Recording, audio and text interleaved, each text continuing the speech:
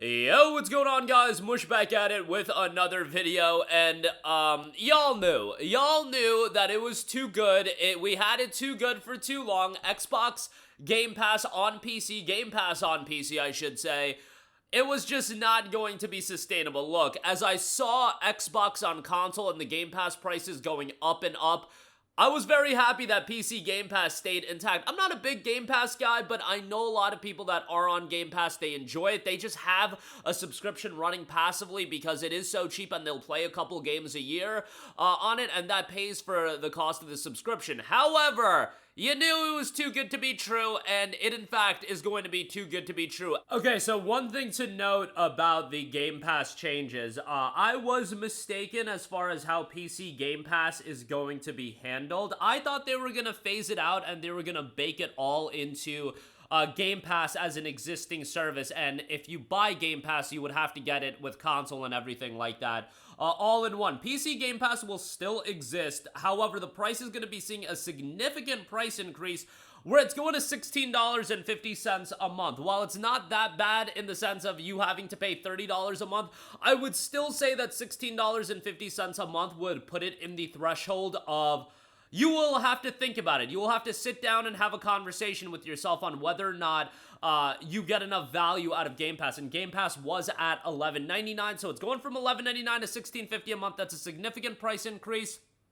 You know, for a lot of people, it might be a case of buying the game that they play. And again, I think it's such a big issue with, yes, there is a lot of potential value in Game Pass. How much of that potential value is actually realized by the average consumer? I would say the average consumer doesn't realize the potential value because most people just don't play that many games. Yes, nerds like me will play a lot of games, and I could get value out of Game Pass, although these days I'm more about, you know, buying the games, owning them, quote-unquote owning them. You know, I know how some people feel about that, but you get the idea.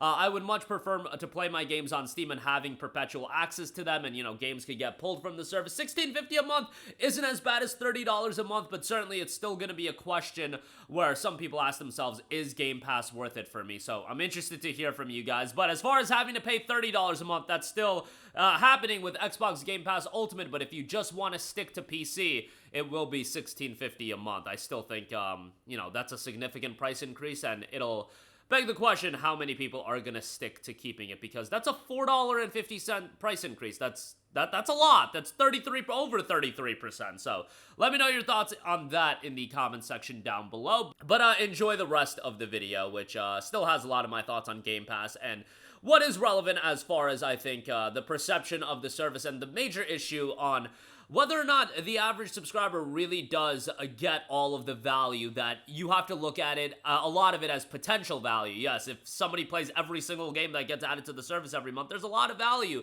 that could be had. Most people just don't do that. But enjoy, guys. I'll catch you guys in the next one. Peace out.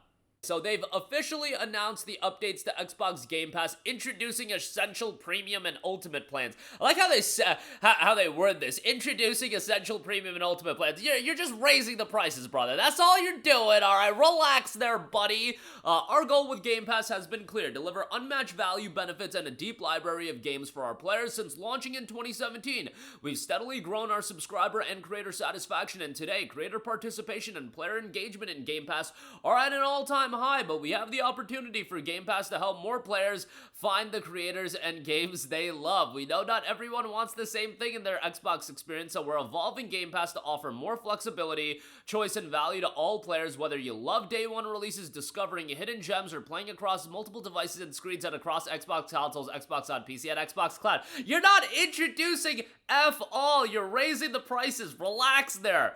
Starting today, we're introducing 3 upgraded Game Pass plans based on how players play: Essential, Premium, and Ultimate. Each includes expanded game libraries, including PC titles. So, yeah, you had it too good for too long. Did you think you were going to be able to play the Ninja Gaiden 4s of the world day one for $11 going forever? No. We all know how subscription services work, and this is the natural course of events. However, this is certainly the biggest price increase that we've seen from Game Pass, especially as it pertains to PC, guys. Unlimited cloud gaming, in-game benefits, and a revamped rewards with Xbox experience difference. Today's Game Pass core subscribers will automatically move to Essential. Standard subscribers will transition to Premium, and Ultimate subscribers will remain in the Ultimate plan. It's all part of our commitment to meet players where they are, so you can choose what works best for you. So, Essential is the bottom tier, and it's $9.99 a month, and now it's all being baked in together. Essential has 50 plus games. It's $9.99 a month, unlimited cloud gaming, in-game benefits, online console multiplayer. So that's really what it is. Like, the online console multiplayer is what they're charging for. Premium is $14.99 a month. This will have a back catalog of games and new Xbox published games within a year of launch. So day one games, if you want to spend $15 a month, you're getting them later. You're not getting them day one anymore. That's the main addition to that. You'll get an expansive vault catalog of games to play. Ultimate is where you get the day one games. However, Xbox Game Pass Ultimate is going to $30 a month. So yes, if you were on PC Game Pass and you were paying whatever it is, $11, $12 again, I don't remember the price point because I haven't been a Game Pass subscriber in eons, and I'll get into that at the end of this video, but a significant price increase. You are literally like doubling the cost, more than doubling the cost in terms of you wanting to play day one games, so buckle up. We all knew that it wasn't going to be sustainable, and as I saw the price increases happening on Xbox and PC players were kind of just chilling back, I'm like, yo, PC players, y'all will be chilling back for a little bit. Ultimately, it's coming for you as well, and now it has come for you. $30 a month, and $30 a month puts it into that territory where I am sure, I'm gonna break this news to all of my friends later today as they're, you know, at their 9 to 5s right now, and when they get home, I'll be like, buddy, do I got some news for you about Game Pass? You want that passive subscription still available?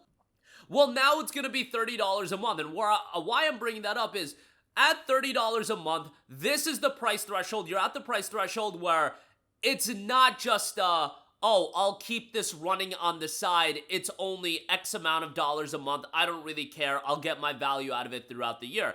At $30 a month, the PC guys that are on PC Game Pass now are going to sit down and be like, hey, do I get value for $30 a month? Do I honestly get value out of $30 a month? Some people are going to say yes. Some people are going to be like, hey, I'm going to play Ninja Gaiden 4. I'm going to play Black Ops 7. I'm going to play all of these games that are coming out day one. Other people are going to be like, dude, I play maybe 2 games a year out of Game Pass on day one. Maybe I'll play Call of Duty. Maybe I'll play that game. $30 a month works out to $360 a year. I'm good on that. Let me cancel it. I'll buy the games I want. And this is the fundamental flaw with Xbox Game Pass that I don't feel like enough people bring up. We want to compare Game Pass to the Netflixes of the world and the sports streaming services of the world and so on and so forth. Gaming is different because gaming, not everybody is consuming all of this content. On a Netflix, you're consuming a lot of content. On, on the services, like let's say Paramount Plus. Paramount Plus is getting the UFC and people are going crazy, oh my god, I'm gonna sign it. Well, you're consuming UFC content every week or multiple times a month. For gaming, it's different. There are people like me out there, but we are very much in the minority where we are playing so many games every month. We exist, and cool, I love talking to people like that that have a large palette of games that they play. The general audience, I talked to my boy that has Game Pass passively, 2 of my buddies. One of them plays a good amount of games, but it's not this overwhelming amount that I do, and I'm lucky in the sense that, you know, it's kind of my job and whatnot to play all of these games, and my other buddy, he'll play some games, he'll play, like, some of the Game Pass new releases, he'll literally play them for, like, 30 minutes and move on. Like, he played Doom the Dark Ages for 30 minutes, moved on. For somebody like him that plays live service games and then a couple of big games a year, Game Pass is not gonna be a valuable service to him anymore because it's at that $30 price threshold, and that's where I think my buddy that plays a couple live service games and those games he plays throughout the year, you know, whether it be the Destiny 2s, the Diablos, the Call of Duties, etc., and Call of Duty is in Game Pass, but guess what? That's one game. Now you're talking about, do I get investment and do I play 5 games out of Game Pass that I would have paid $70 for. Key phrasing there, that they would have paid $70 for.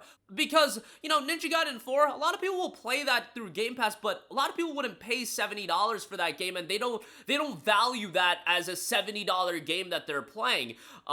It's just different. Gaming is different than a lot of these other subscription service models where, again, the sports that are in subscription services, you're consuming that content year-round, whereas, you know, something like a Call of Duty, you could buy it for $70. All right, you get that year's Call of Duty and a couple of other games that you want. You'll get those games, and there are always going to be games people are playing that aren't going to be available on Game Pass, and they've got their live service games.